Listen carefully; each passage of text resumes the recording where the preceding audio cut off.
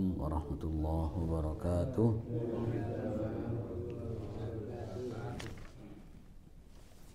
Alhamdulillahirabbil alamin wa bihi nasta'inu ala umuri dunya waddin. Asyhadu an la ilaha illallah wahdahu la syarikalah wa asyhadu anna sayyidana Muhammadan abduhu wa rasuluh wa la nabiyya ba'dah. Allahumma salli wa sallim ala nabiyyina Muhammadin wa alihi wa sahbihi wa sallim. Allahumma subhanaka la ilma lana illa ma 'allamtana wa 'allimna ma yanfa'una wa zidna ilman. Rabbana atina fid dunya hasanah wa fil akhirati hasanah wa qina adzabannar. Amin ya rabbal alamin. Bapak Ibu sekalian, alhamdulillah kita melanjutkan kajian ta'lim kita. Mudah-mudahan Allah Subhanahu wa taala memberikan tambahan hidayah kepada kita dan juga menjadi wasilah keberkahan buat kita semuanya. Amin ya rabbal alamin. Hari ini kajian kitab Adabul Mufrad, temanya itu tentang bersin. Ternyata bersin ini luar biasa ya. Seperti sepele gitu, tetapi banyak sekali hadis berkenaan dengan bersin. Saya buka di sini aja sekitar 3 lembar ini. 3 lembar bab tentang bersin. Luar biasa bersin itu. Sepintas seperti sepele gitu. Bersin dan huai. Babnya sekarang itu bersin dan huai. Huai bahasa Indonesia itu apa? Menguap ya, menguap. Bahasa Arabnya itu tasaub. Tasaub. Kalau bersin bahasa Arabnya atos. Ain to sin atos. Kalau huai itu tasaub. Kalau bahasa Jawa atos teas itu ya. Atos teas.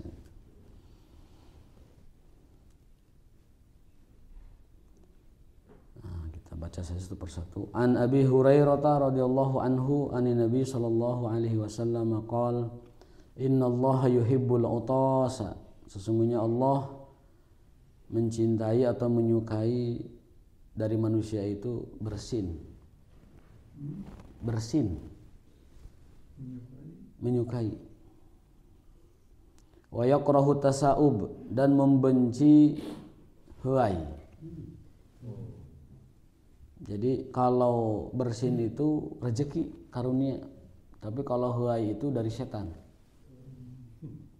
Tasaub huai. Fa idza atasa fa hamidallaha fa haqqun ala kulli muslim sami'ahu an yusammitahu. Maka apabila ada di antara kalian yang bersin dan dia mengucapkan alhamdulillah, maka wajib yang mendengarnya itu adalah mengatakan yarhamukallah. Itu wajib ya, sebagai hak seorang muslim.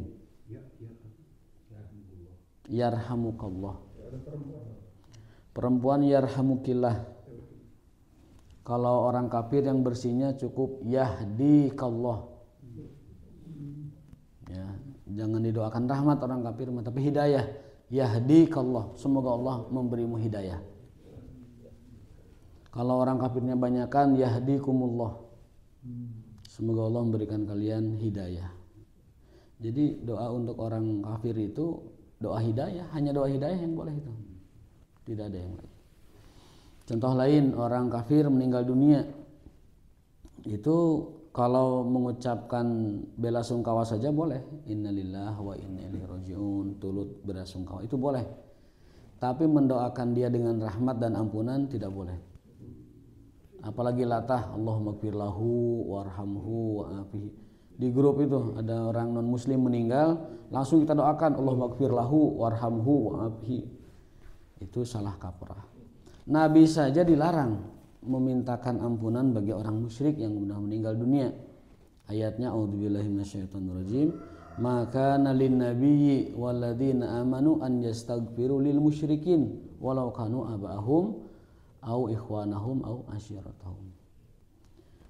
Tidak pantas seorang nabi dan orang beriman yastaghfiru, memintakan ampun, lil musyrikin, bagi orang musyrik, walau kanu abahum, meskipun ayah-ayah mereka au abnaahum, anak-anak mereka, au ikhwanahum, atau saudara-saudara mereka. Mendoakan orang tua atau anak atau saudara saja enggak boleh, apalagi orang lain. Apalagi orang lain. Jadi kalau ada anggota keluarga yang meninggal dunia, cukup kita belasungkawa saja, innalillahi wa inna ilaihi raji'un. Tidak boleh mengucapkan doa, karena doa rahmat dan maghfirah itu tidak mungkin untuk orang kafir, hanya boleh untuk orang Islam. Allahumma ighfir lahu warhamhu wa'afihi, atau Allahumma la tahrimna ajrahu wa la taftina ba'dahu waghfir lana warhamhu. Itu dari kata per kata aja itu nggak ada yang layak untuk orang non muslim. Dari kata per kata saja tidak ada yang layak buat orang kafir ya. Allahumma ighfir lahu, minta ya Allah ampuni dia, kan sudah Allah bilang Allah tidak akan mengampuni orang kafir. Warhamhu, ya Allah rahmati dia, sudah Allah bilang Allah tidak merahmati kekafiran. Wa'afihi, berikan dia kemaafan juga, Allah tegaskan tidak akan memaafkan orang kafir.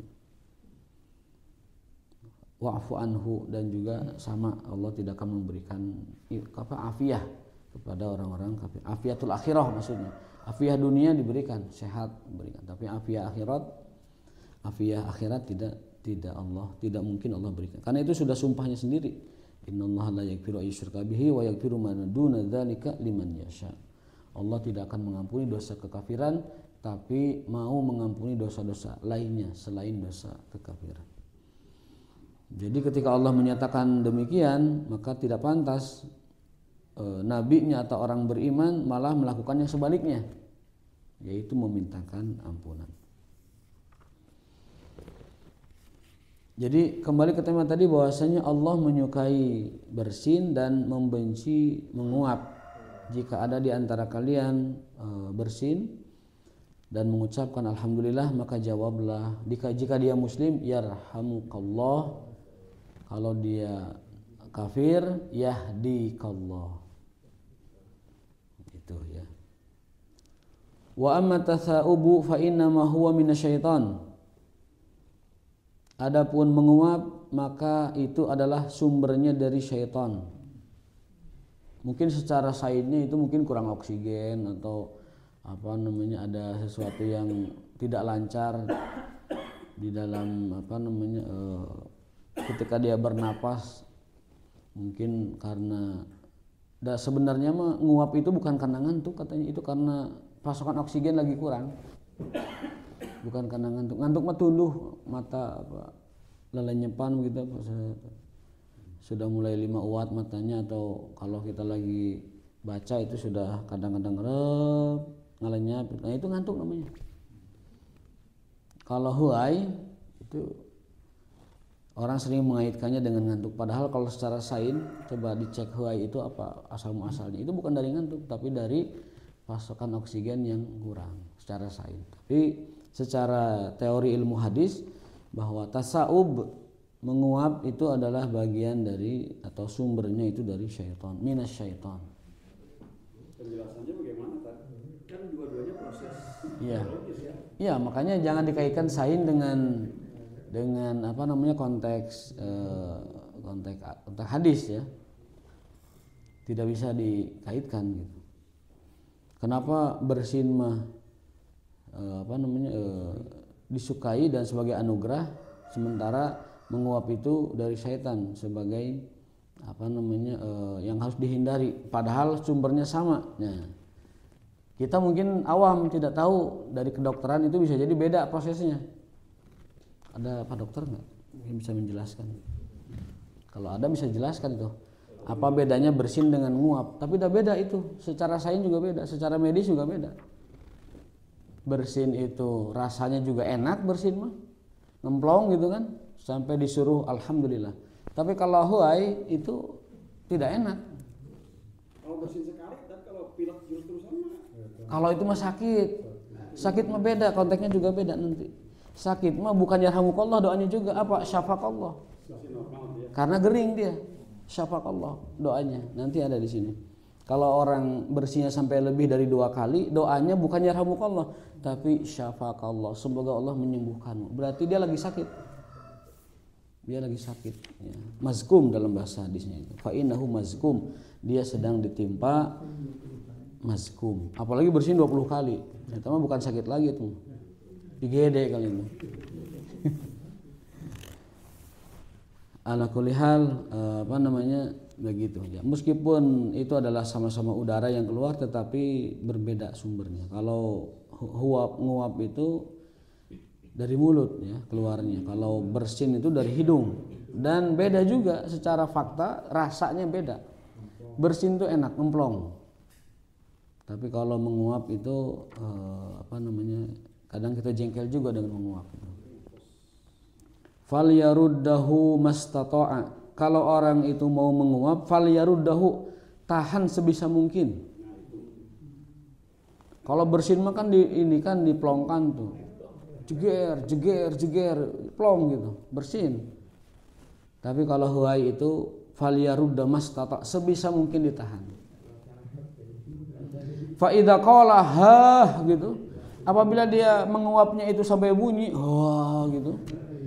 Dohika minhu syaitan, setan tertawa melihatnya. Jadi orang yang huainya itu sampai bunyi, itu setan itu nyengsirikeun. Disengsirikeun ku setan. Ku juring itu disengsirikeun. Tinggal eta ku saya diuseup itu huai itu. Ku setan teh diuseupan teh huai tinggal. Jeung ceuri mah teh seuri, nyengsirikeun. Cenah teu kuateun nahan. Diuseup ku kaula teu kuateun. Akhirnya dia menguap ya. Dohika minhu syaitan. Syaitan itu tertawa darinya. Hadis Bukhari, hadis sahih ya. Jadi jangan sepelekan nguap, karena nguap itu adalah dari syaitan. Sebisa mungkin ditahan. Kalau kita lepaskan malah itu setan tertawa. Tapi enak memang kalau dilepas, wah, dipuaskan. Kamu tuh asa sama era pasti. Nanti ada hadisnya, tutup dengan tangan, ada hadisnya. Bagaimana cara mengendalikan huai ya. Itu ada perintahnya, tutup dengan tanganmu. Tapi tangannya tangan punggung gini. Tangan belakang, karena tangan kanan itu untuk aktivitas. Kadang salaman, kadang segala macam. Jadi jangan pakai dalam tangan, tapi pakai luarnya, pakai punggung tangan.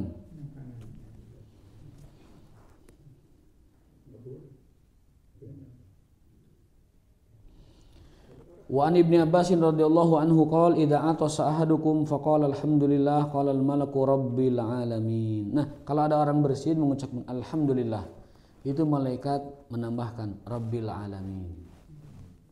Berarti ini bersin ini luar biasa ya. Karunia dari Allah Subhanahu wa taala yang sangat patut untuk disyukuri. Disyukurinya dengan apa? Dengan alhamdulillah. Nanti kalau kita nyebut alhamdulillah, malaikat nambahin rabbil alamin.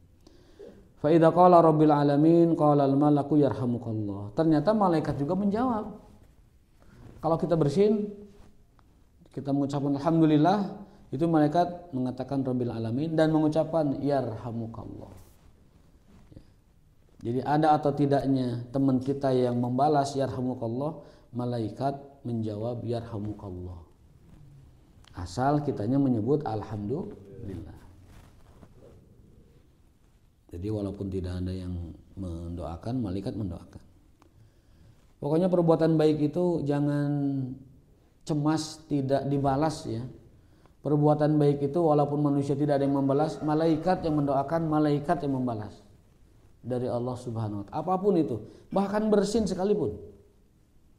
Apalagi perbuatan baik yang lain yang lebih besar, bahkan bersin sekalipun, itu kalau tidak ada orang yang membalas, malaikat membalas juga. Alhamdulillah, yarhamukallah. Jadi jangan pernah khawatir atau jangan pernah merasa bagaimana gitu ketika perbuatan baik kita tidak ada yang mengapresiasi atau membalas atau bahkan mungkin merespon. Karena malaikat ada di samping kita, mendoakan kita terus-menerus. Ya. Contoh ada hadis, ma min yaumin illa malakani yanzilan. Tidak ada hari yang terbit matahari kecuali dua malaikat datang menghampiri kita, menghampiri manusia. Tidak ada hari yang terbit matahari, ma min yaumin, kecuali malaikat datang, dua malaikat. Malaikat pertama berdoa seperti ini, Allahumma a'ti munfiqan khalafan. Doanya itu, ya Allah berikanlah orang yang munfik, orang yang sedekah, berinfak, khalafan gantinya. Dan malaikat yang satu mengatakan, Allahumma a'ti mumsikan talafan.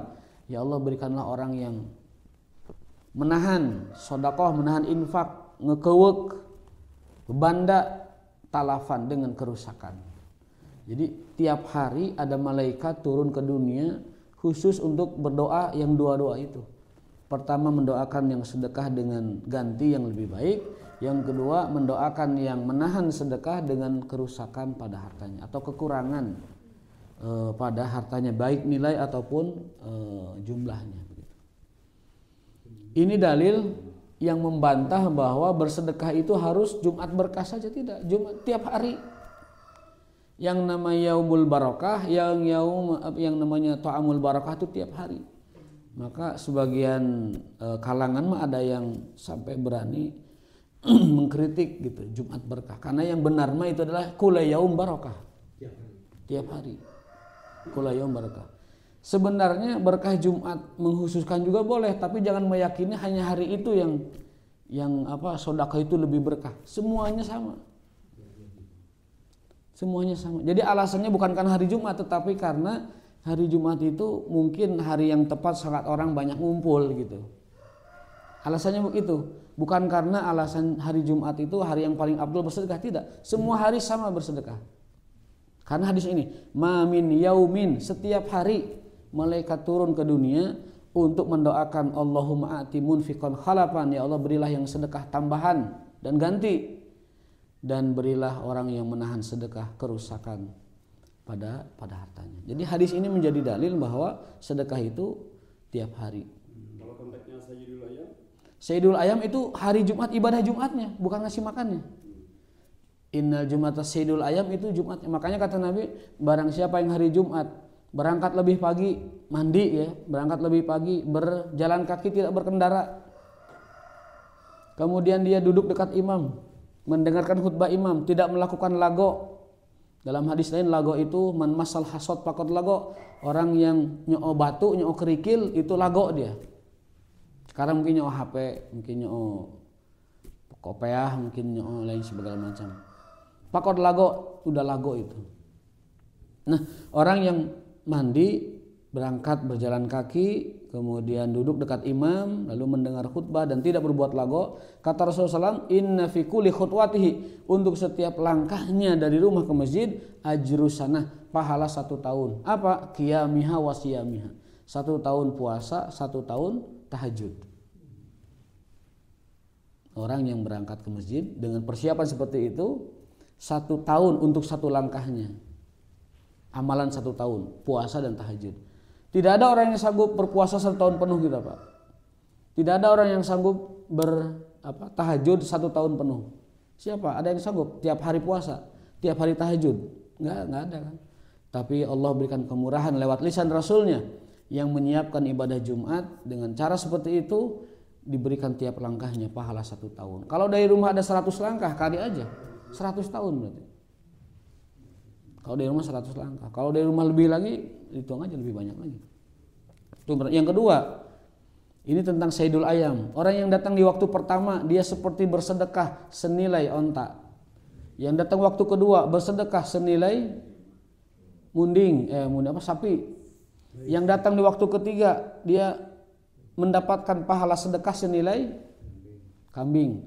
Onta tadi 30 juta, sapi itu 25 juta lah, cari yang tengah-tengah. Kambing itu 5 juta. Yang datang waktu keempat, dia seperti bersedekah unggas, 50 ribuan lah sedekahnya itu. Yang datang di waktu terakhir, waktu kelima, menjelang khatib naik, itu kaman ada baydotan, seperti orang yang bersedekah telur 3.000 lah telur. Dan yang datang ketika khatib sudah naik mimbar, tawat malaika sahifatahu, malaikat yang di depan pintu mencatat orang datang itu menutup catatannya. Tawat itu begini, tawat. Kemudian dia masuk ke jamaah dan mendengarkan khutbah berjalan. Jadi yang datang setelah khatib naik di mimbar, malaikat itu sudah aya di dinya. Bukan percuma, ibadahnya sah, Jumatnya sah, tetapi tidak mendapatkan kesempurnaan dan keutamaan ibadah Jumat. Hanya menggugurkan kewajiban sebagai rukun Islam saja, sholat. Jadi tidak dapat apa-apa, hanya menggugurkan kewajiban, kan rugi. Bahkan dalam Syafi'iyah mah 2 khutbah itu rukun Jumat, kalau tidak ikut tidak sah, kan begitu. Syafi'iyah itu rukun Jumat itu. Lihat dalam kitab Kifayatul Akhyar. Ada lagi ulama berpendapat kalau orang masbuk tinggal 1 rakaat Jumatnya, dia tidak usah Jumat, lohor saja 4 rakaat dan bertaubat kepada Allah Subhanahu wa taala. Lalu barang siapa yang 3 kali tidak Jumat, maka Allah akan tanamkan kemunafikan. Toba Allah ala qulubihim nifaq. 3 kali Jumat tanpa alasan, munafik. Bahkan dalam hadis lain faqad kafara, telah kafir. Kalau tanpa alasan. Tidak Jumat ayat di imah, tapi itu Jumatan tanpa alasan. Tanpa alasan. Ini saking hebatnya ibadah Jumat, makanya Sayyidul Ayam. Di dalam konteks itu tidak ada konteks sedekah, maka sedekah mah konteksnya tiap hari. Tiap hari. Tapi mungkin ijtihad kenapa Jumat barokah, karena orang lagi ngumpul banyak-banyaknya. Itu, jadi ke sana larinya. Bukan karena hari Jumat sedekah lebih afdal, tidak ada hadis yang mengkhususkan atau menyatakan sedekah Jumat lebih afdal. Yang afdal hari Jumat itu yang disebutkan secara spesifik adalah meningkatkan ibadah Jumatnya. Ibadah Jumatnya dimulai dari waktu pertama. Disiapkan mandinya mandi junub. Bahkan Ibnu Qayyim mengartikan mandi junub itu artinya dia terlebih dahulu dengan istrinya berjunub dulu, lalu mandi junub. Sunnah Rasul yang benar secara makna di masyarakat itu adalah sebelum Jumat, pagi-pagi sebelum Jumat, bukan di malam Jumat.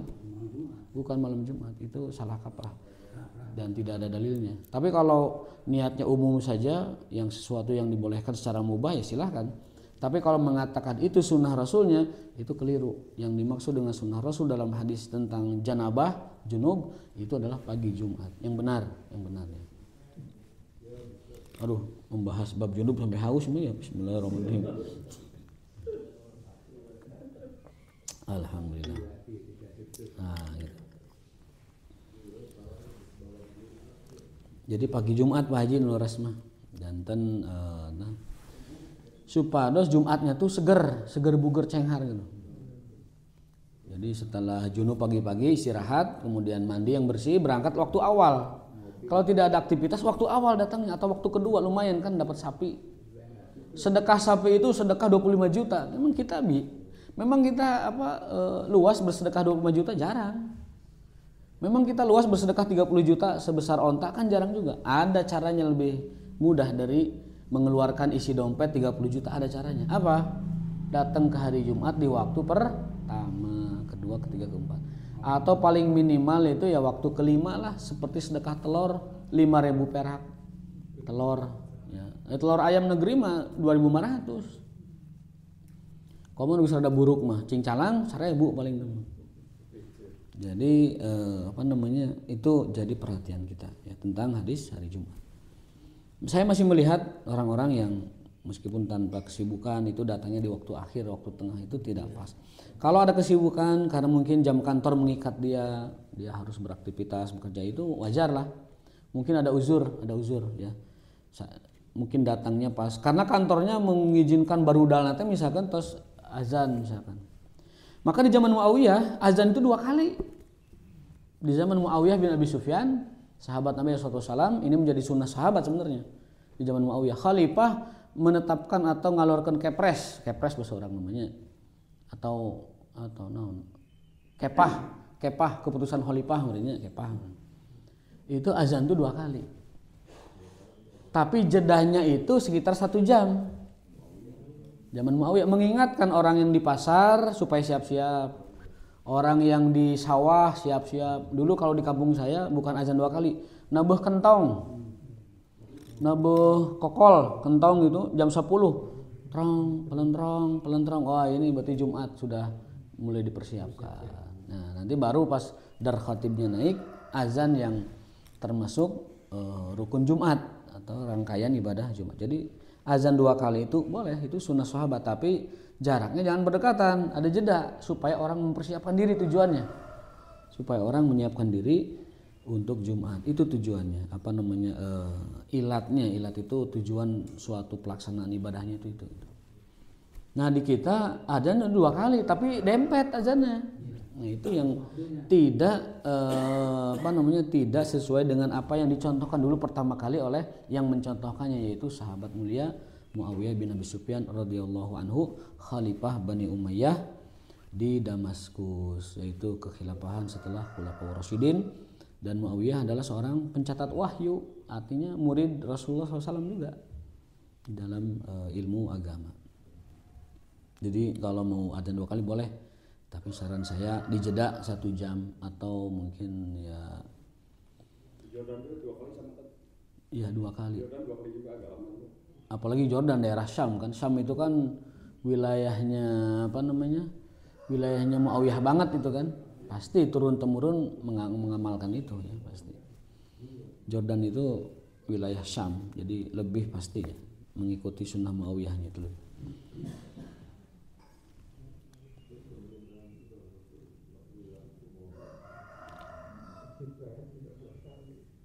Nah, kemudian jawaban untuk orang yang mengucapkan yarhamukallah itu adalah yahdikallah wa yuslih balakum.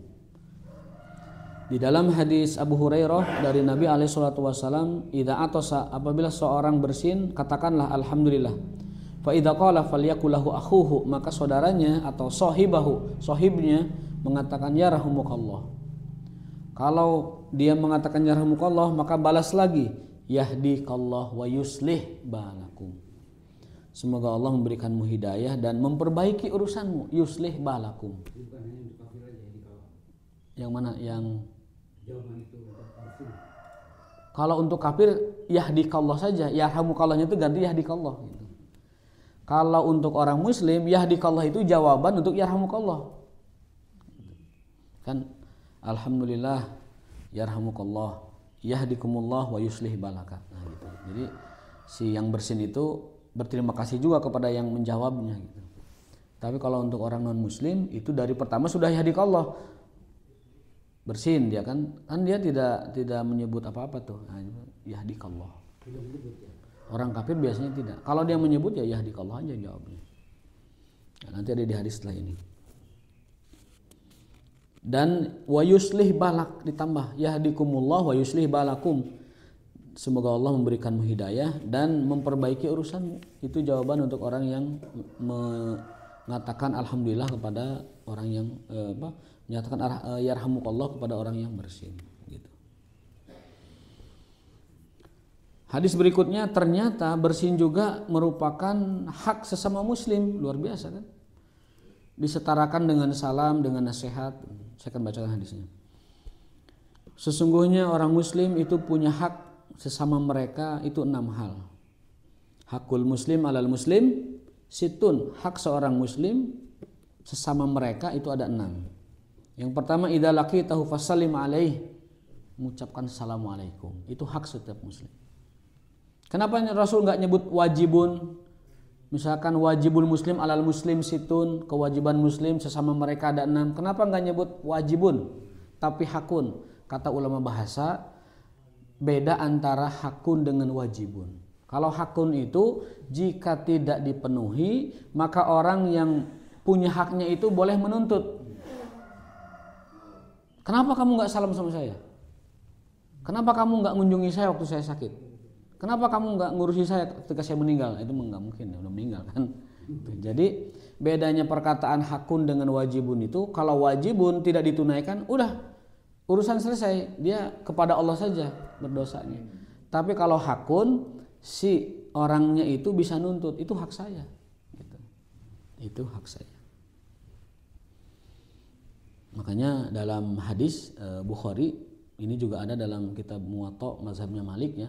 Kalau orang bertamu ke rumah seseorang tidak disuguhi, bertamu nih, tidak disuguhi, tidak dikasih makan selama dia bertamu, baik sehari, 2 hari, 3 hari, maka tamu itu boleh mengambil yang ada di rumah itu. sebatas kebutuhan dia bertamu. Ada hadisnya itu. Misalkan 3 hari bertamu tuh dibere, tidak dikasih makan, ya, tidak dikasih minum, 3 hari bertamu atau sehari 2 hari lah yang paling. Itu dia boleh ngambil secukupnya dari rumah itu. Ya, nyukan sangu lah gitu kan. Nyukan sangu. Ini hadis ini sepintas seperti kok mengajarkan orang ngambil ya. Culangung, tapi saking wajibnya tamu itu diikram. Saking wajibnya tamu itu diikram. La yu'minu ahadukum, tidak beriman seseorang, tidak sempurna maksudnya. Tidak sempurna iman seseorang sampai dia memuliakan tamunya. Kan begitu. Maka sebagai hak tamu dia boleh mengambil. Seperti istri dan anak ngambil dari bapaknya. Dalam hadis Hindun istri Abu Sufyan. Abu Sufyan itu kaya, ketua Quraisy setelah Abu Jahal kan. Dan ketika masuk Islam juga dia masih ketua Quraisy. Karena dari Bani Manaf. Itu ketemu dengan Rasul, nasabnya di Abdi Manaf itu. Abu Sufyan ya. Bukan paman langsung artinya, tapi ketemu di kakek itu. Abu Sufyan itu kaya dan ketua Quraisy, tapi punya penyakit yang kronis, apa? Bakhil. Pelit, koret, merengkel, meregehese. Bukan itu apa lagu India tuh yang dinyanyikan sambil gini-gini tuh. GTH, MGTH itu bukan itu. Ya meregeteh gitu. Bukan meregeteh tapi merengkel, buntut kasir alias pelit. Hindun minta izin, ya Rasulullah, bolehkah saya ngambil sesuatu dari dompet suami saya? Apa jawaban Rasul? Khudhi ma yakfiki wa baniki. Ambillah sesuai dengan kecukupanmu dan untuk anak-anakmu. Tuh kan. Rasul mengizinkan Hindun istri Abi Sufyan mengambil dompet dari mengambil uang dari dompet suaminya yang cukup buat dia sehari-hari dan buat anaknya. Sepintas kok Rasul mengizinkan pencurian. Bukan itu poinnya. Poinnya adalah saking berhaknya, saking wajibnya nafkah kepada istri. Apabila tidak diberi, dia boleh mengambil secukupnya. Mayak fikih artinya kalau keluar dari kecukupannya berarti haram. Ya. Ari bilangnya Abu Sufyan pelit, misalkan anak-anaknya kita juga nggak punya uang jajan atau gimana, tapi ngambilnya malah ngambil jam tangannya, malah ngambil surat berharganya, itu kan melebihi kecukupan. Ya. Yang diizinkan Nabi itu khudhi ma yakfiki, ambil sekecukupanmu, berarti sedikit sesuai dengan apa yang dia butuhkan sehari-hari.